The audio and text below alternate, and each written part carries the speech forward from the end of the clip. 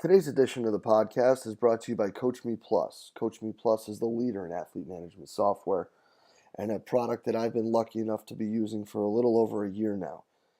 Only rivaled by the impeccable customer service that Kevin and his staff provides, Coach Me Plus's ability to constantly be amoeba-like in their ability to mold and matriculate what you're trying to get across and bring together is absolutely fantastic.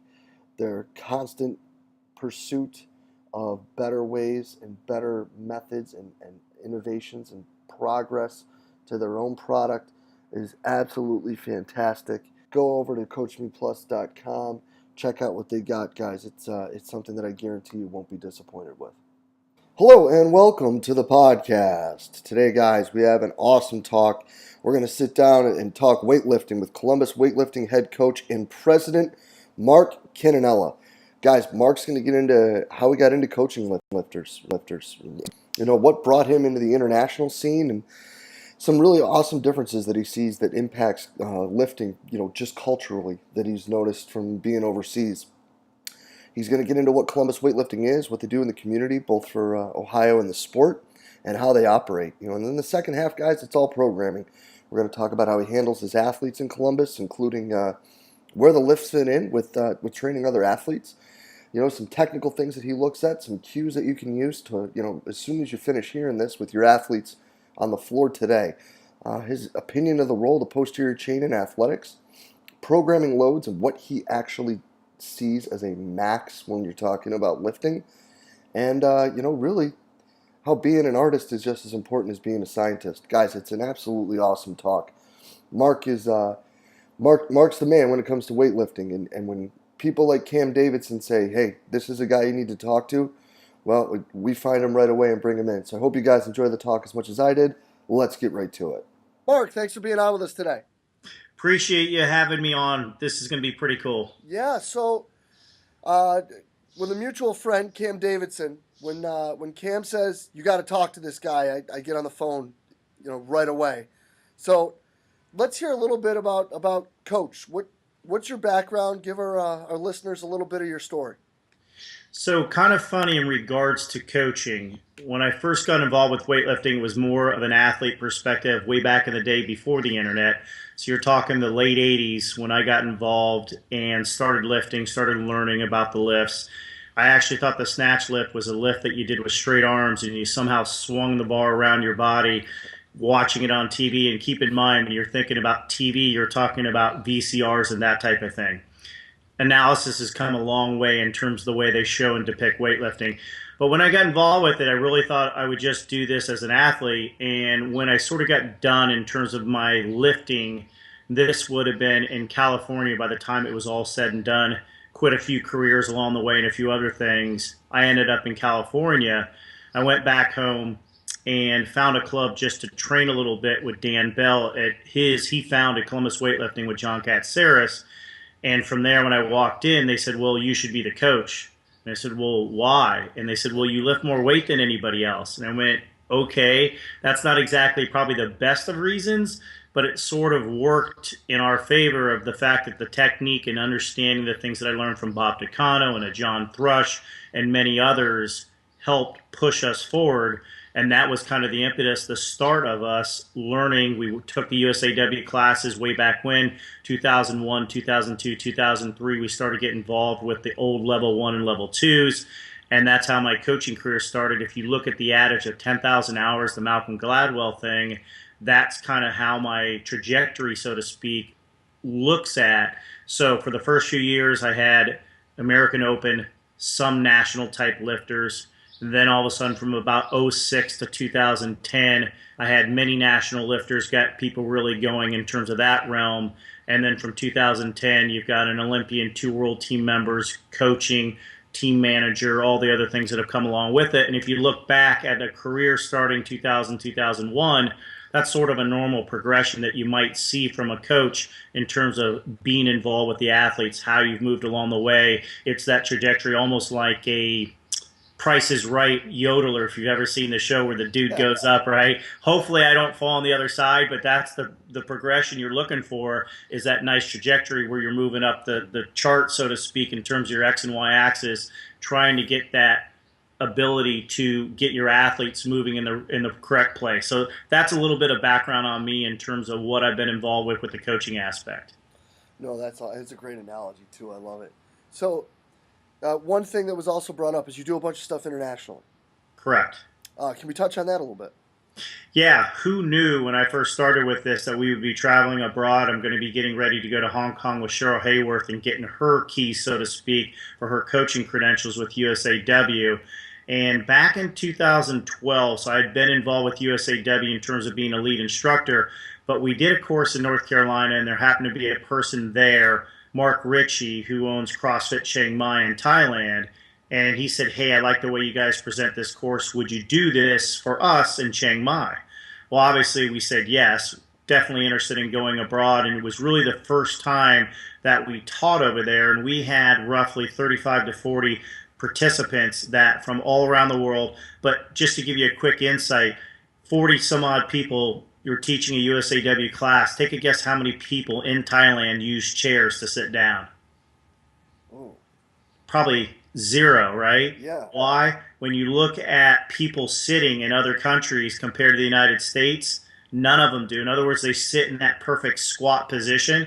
Well, that's what we saw, and that was kind of like the first time that I realized, hey, when we talk about that nice high bar squat, most other countries do that naturally. For the United States, not so much. And that was kind of the first thing of looking inside, hey, this is what normal people do in terms of squatting, whereas in the United States, we don't do it so much. I had a guy that recently told me from Canada that 90+% of knee operations and with the way the hip works that happens is pretty much a North American phenomenon. So that gives you an idea of the number of people that have knee replacements and things going on with their hips. It's because we sit in a chair, which I'm doing now, and I'm sure you're doing Yeah, also, right? totally. And so that position is not exactly in terms of functional. That's one of the things that we're big about in Columbus Weightlifting, is being functional and being upright with all our lifts, being vertical, so to speak. And when you go to Asia and go to these other countries, we've taught at the Asian Fit Conference, done a bunch of stuff. Every single one of these athletes are upright, sitting very low in a correct position. Whereas in America, you probably know this, being in strength and conditioning world, you don't get all these athletes that can squat right off the get-go. There's a reason why. We've been sitting for many, many years. Oh yeah, totally. It almost takes half a career to get a kid who's in a tough spot to actually do things what you want them to do. Exactly. And that's a prime reason they've always sat and they've not been in that correct position. So that abroad in terms of experience that we've gotten, and now we've been all around the world and we've taught these classes from Europe to Asia, you name it, we see the differences in the athletes that essentially are showing that correct position. So it's much easier right out of the box, turnkey, to get them in the correct positions. So it's been pretty cool for us to be able to show them what we call our Columbus Weightlifting teaching aspects and be able to bolt on what they properly do, which is to move functionally right off the get-go. They don't have some of the psoas and hip and leg and dorsiflexion issues that you see in many of the athletes that come into a place like you or for us walk into the gym. So then it would be safe to say that you would consider the chair to be a handicapping factor to USA weightlifting.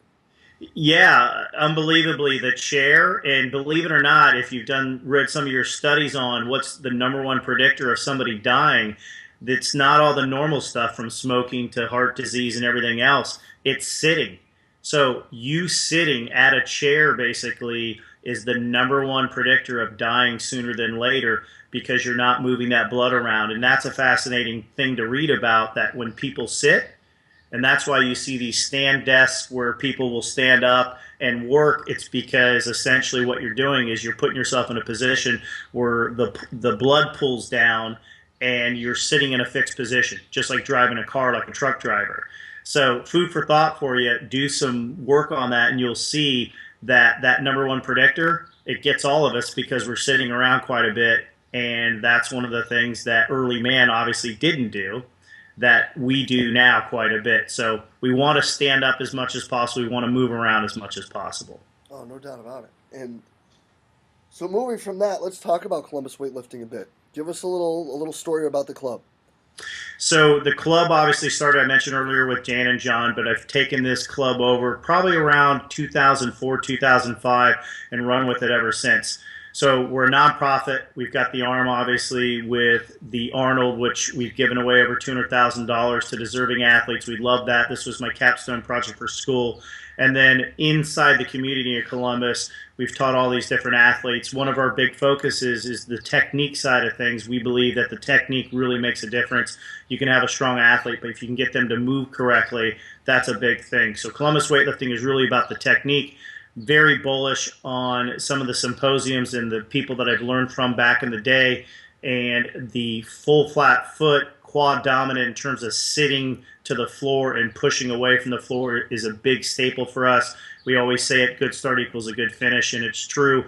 You get some athletes that won't do that, try to use their back instead of their legs. When we set them in the correct position to use their legs properly, they pretty much get a good lift, and that's what we try to do with every one of our lifters, especially the new ones, is to have them bend at the hip and the knee and sit to the bar, as opposed to what normally most people do. We want to what? Just bend over at the back at our hip and lean over and grab, which promotes the back instead of the legs. And you'll find a huge difference in your athletes. If you're working with 100 athletes because of the NCAA and you only have an hour, you'll see a dramatic difference having them sit to the bar as opposed to just leaning over and grabbing it.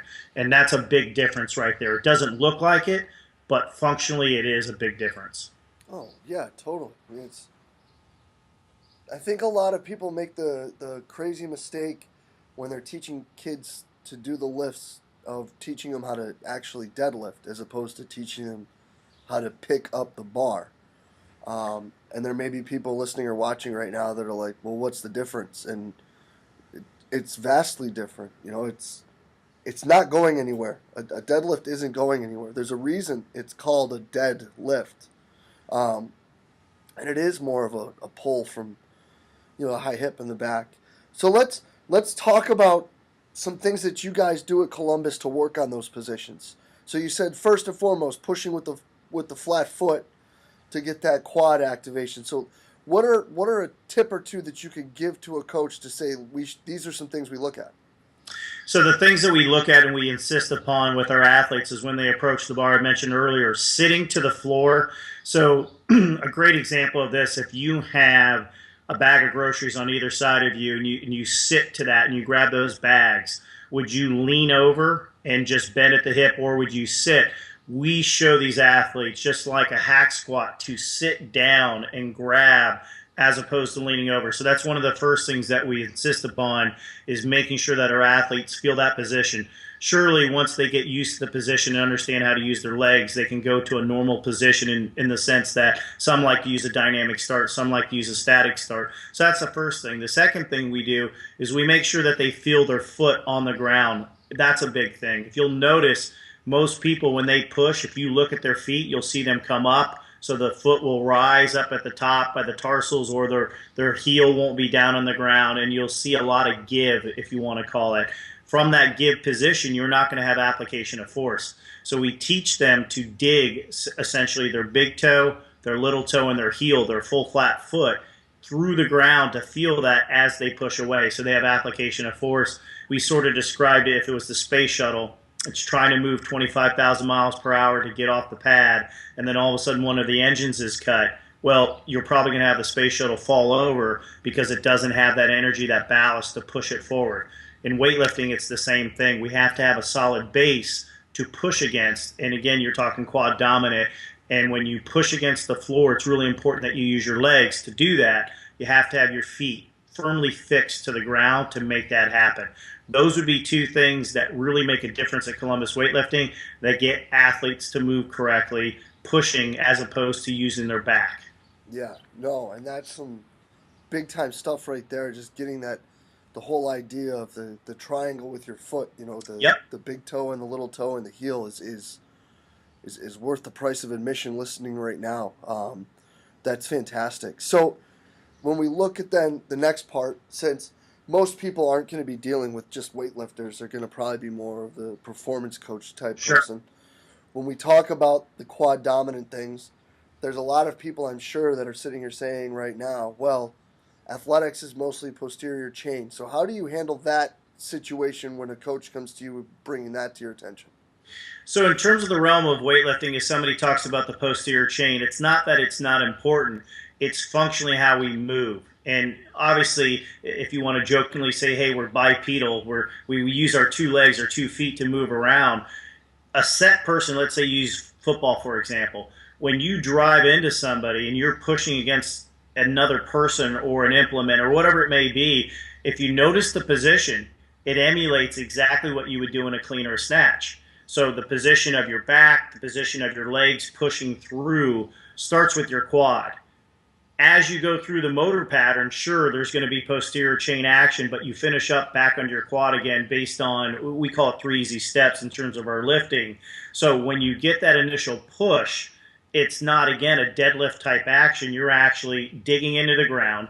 You're pushing against somebody, and initially that quad is firing before you initiate anything else. So if you're sitting back on your heels, or if you're in a posterior chain, if you're essentially following somebody that believes in a low bar type squat and sitting back, you tell me any sport where you're sitting back basically, or the bar in terms of emphasis of being placed would be behind you, as opposed to any sport where you're driving, where you're forward. Basketball, baseball, football, tennis, it doesn't matter, golf. You can even talk about darts. One hand you got your beer, right? And then on the other hand, you're basically leaning forward onto your quad and firing your dart. Everything you do is forward in terms of the jumping. Sure, understand the posterior in terms of a jump, but even in weightlifting, you're pushing forward before you do this movement, and then you would transfer. It's kind of like a train track. It goes from quad to posterior in terms of the hamstring, and then back to the quad.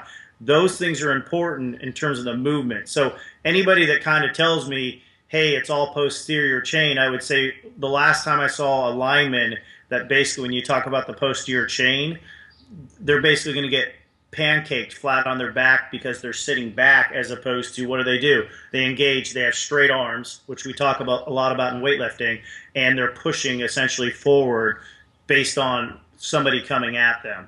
So that's our first motor pattern. We want to sit forward slightly and basically being engaged. For us, it's the barbell. For somebody else, it might be an implement. So it might be baseball with a baseball bat. We're not sitting back. We're actually driving forward as we come through application of force. It kind of, that's where I would focus and explain to somebody that would try to refute that in terms of an argument.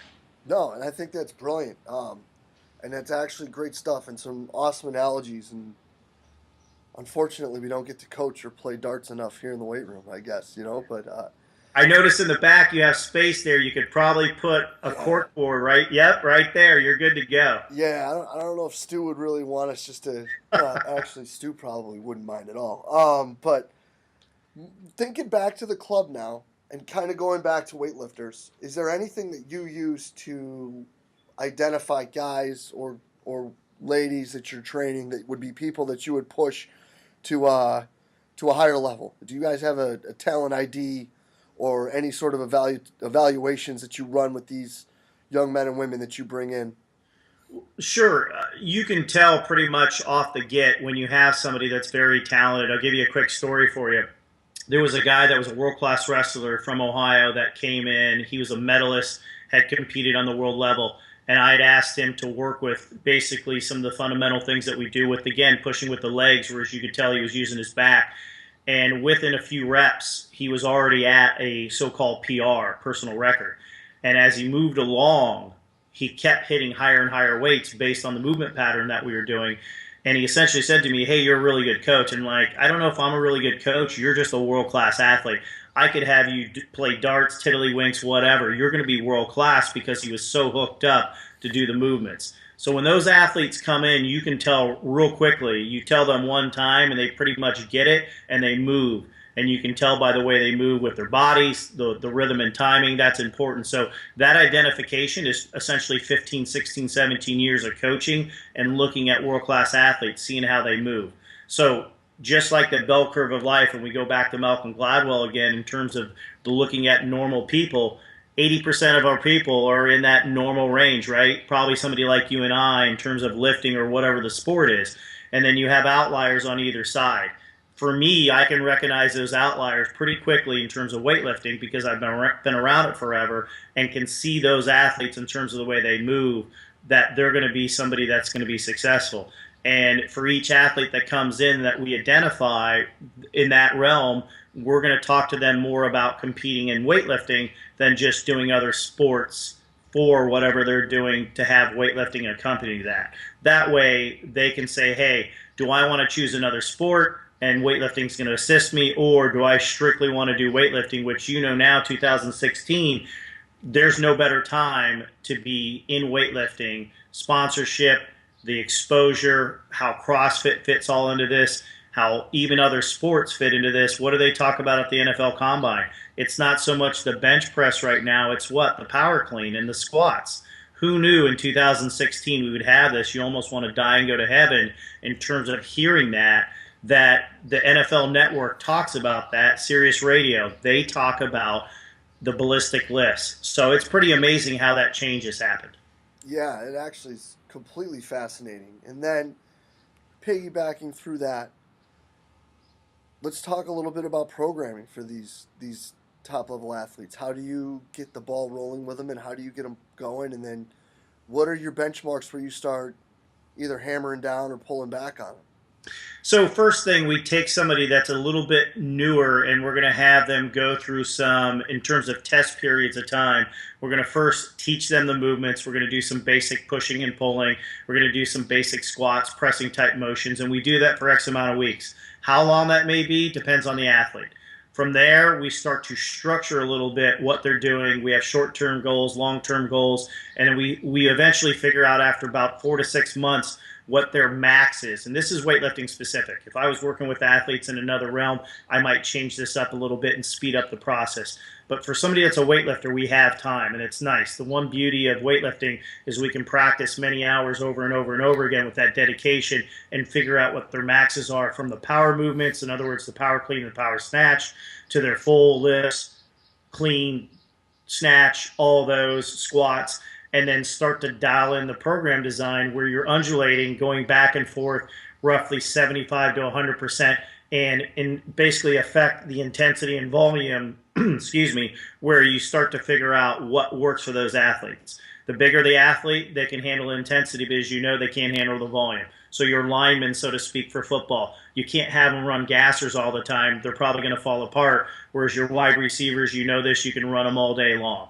Sort of the same thing with weightlifting. Our smaller athletes can handle a little bit more volume, not so much in terms of the intensity, but on the flip side, our bigger athletes can handle more intensity and less volume. And so you program design based on that. Somebody like a Cam Davison being right around 94 kilos, that would be somebody that's going to be a little bit more on the higher intensity level. And because he's lifted for many, many years, we can essentially do the classic lifts, and he's going to get good results from that. Yeah, and he said that his results have been absolutely fascinating. Well, and again, a lot of that's just based on the technique. So if you've got good technique, like a golf swing, you can hit it 300 yards. Now you dial in that technique a little bit more, and all of a sudden it becomes 320.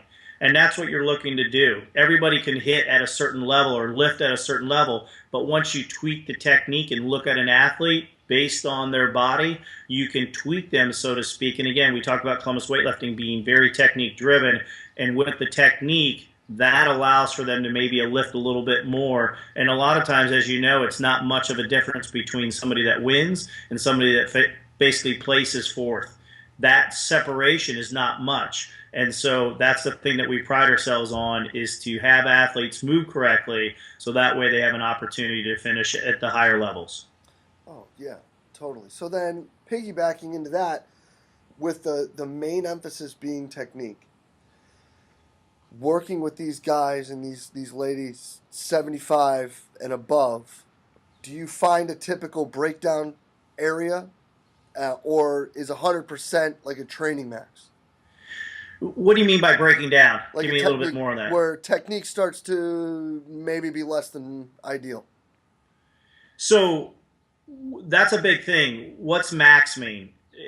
Many people think max is 100% or else Otherwise, I jump out of a building window and it's the death of me. No, no, no, not at all. Maxes of the day. So if you've gotten good sleep and you've been eating well and things are going fine, max is going to be whatever that max is, and maybe it positions yourself for a PR. But you know this. You ask your athletes, what were you doing 6 months ago? They might have been in a different living conditions, boyfriend girlfriend relationship, job situation, parent situation. All that can change on a dime. So, for example, I've got an athlete, he's a lawyer and he's about 28 years old. This athlete has gone through a significant change. He just got married, and a few months ago, he took on a different job. And so, for both of those stressors, if you want to call them, and I'm not saying marriage is a stressor, but nonetheless, you get the idea. He's going to be affected in a certain way, so we've got to change that program design. For somebody that maybe is a 75 or 75 plus, especially for a female, there's a lot of things that go on there in terms of weight gain. You have to ask them the kind of questions of, hey, is your period affecting you? How often do you, in terms of which weeks does this fall on? I had an athlete that literally every single major meet that she had, her period would hit, and it affected essentially her weight gain and her mood enough that we had to figure out a program design that worked for her. These are the realities of a 2016 coach that maybe wasn't addressed in 2000, 1990, 1980, 1970, so to speak. Now that women are lifting in vogue and this is a normal thing, they started lifting at the World Championships in 1987, at the Olympics in 2000. You've got to deal with this, and this is a normal thing. So for me as a coach, these are the questions that get broached all the time, is trying to figure out these maxes, so to speak, and know when to back off and know when to push. And it's based on a lot of other stressors in your life. People have to understand, hey, if you don't hit 100% every time when you're supposed to go heavy, that's okay. You live to fight for another day. Yeah, no, awesome points. And it's funny how no matter what realm of training you get into, it always comes back to being able to modify and understand the effects of stress, whether it be the training stress or outsides, and that's awesome. You know, understanding that the art part has to be just as important as the science is Yes. what coaches are. You have to allow for creativity in your program design and know when to back off and when to push. And there's going to be days where you're planning on pushing that you just don't have it.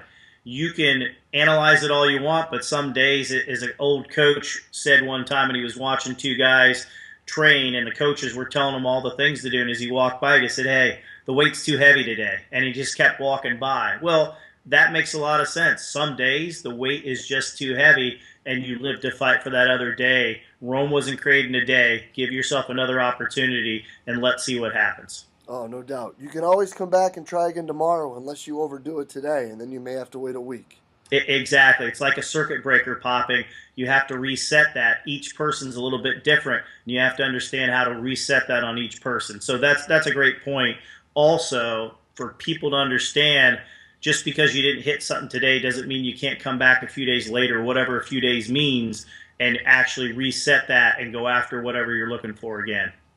No, yeah, 100%. That's a fantastic point. So then, what for maybe some of the younger coaches out there who haven't seen these types of things or understand what this, what are some things that you use? What is your coach's eye when determining today's a day to push or today's a day to back off? So I can see right up the get-go, in terms of the movement pattern, somebody actually moving in a correct realm of their speed, their rhythm, their timing, where I can really see, hey, this might be a day where you want to get more out of that athlete in terms of 100% max. Let's say we're only going 80, 85% for whatever reason, but you see them doing well, you might add on a little bit of weight and say, hey, let's try one more here. I want to see how this looks. And if it looks good, you continue on that progression, maybe not even saying anything about what the 100% is, and just creep towards that and talk about the technique. And before you know it, they actually are hitting close to that max, where then it becomes a game within the game of, hey, just so you know, you're within 3 kilos of your all-time best. What do you think about trying something for a max? And then you find out what that athlete's thinking. Hey, I'm ready to go. Or, hey, for whatever reason, I feel a little bit tired. This felt really good. Live to fight for another day. So you can talk back and forth with that athlete to see where they're at based on the technique. And I think that helps. There's a lot of analysis that goes on, some variable heart stuff that I've wanted to get involved with more that we haven't. but those type of things that the Russians used to do back in the day where they would test the blood and kind of determine things, there's an art side, there's a science side, and that's the side that I want to get more involved with. I know some people out in the Seattle area that are pretty smart, and they used to be weightlifters and they're involved with some of this stuff. That's kind of like the next step for us, is do a little more of the analysis. We do technique analysis, but what about the body itself? And those are things that we want to get more involved with, but we haven't yet. Yeah, and HRV would fit in really great with what you guys are doing, and looking at the functioning state of the organism, I think would be Yeah.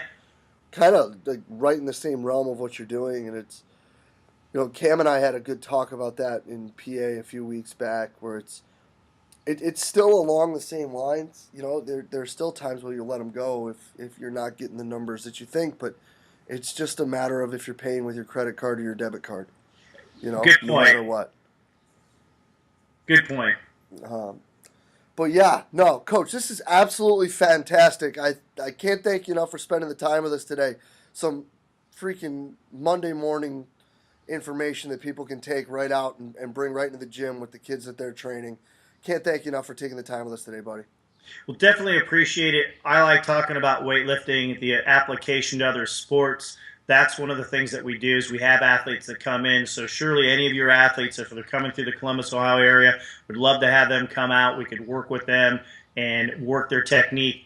That's one of the things that we enjoy doing, just like we did with Cam way back when. He came in for a training session, started tweaking him a little bit, and before you know it, we were getting PRs out of him just by changing a few things, and it was subtle. So that's one of the offers that we always give. Hey, we would love to work with the athletes, and if you do have where an athlete's coming through, we would like to work with them. Awesome, man. Well, appreciate the invite, and we will be in touch really soon, my friend. Thank you very much. All right, take care. Have a great day. All right. Huge thanks to Columbus Weightlifting's head coach and president, Mark Cannella, for spending the time talking with us today. Guys, like I said, some stuff you can take right in the weight room right now. Thinking about the whole foot, gripping in, pushing through there, looking at a more quad dominant squat, and why Mark sees that being more important. Everybody loves to talk about the posterior chain, and it's very interesting to hear someone who has such a high level of expertise in his area to kind of have a different opinion of it, which was pretty cool to me, to be honest. Guys, again, I hope you enjoyed it as much as I did, because Mark's a wealth of knowledge, and I really appreciate him being so open and honest with his sharing. And if you did enjoy it, guys, please share it in a social media outlet of your choice, Facebook, Twitter, whatever it may be. Again, just trying to get great information out there to the great coaches. We'll be back in a week, guys, with another awesome guest. Thanks again for being involved with Central Virginia Sport Performance. We will see you next week.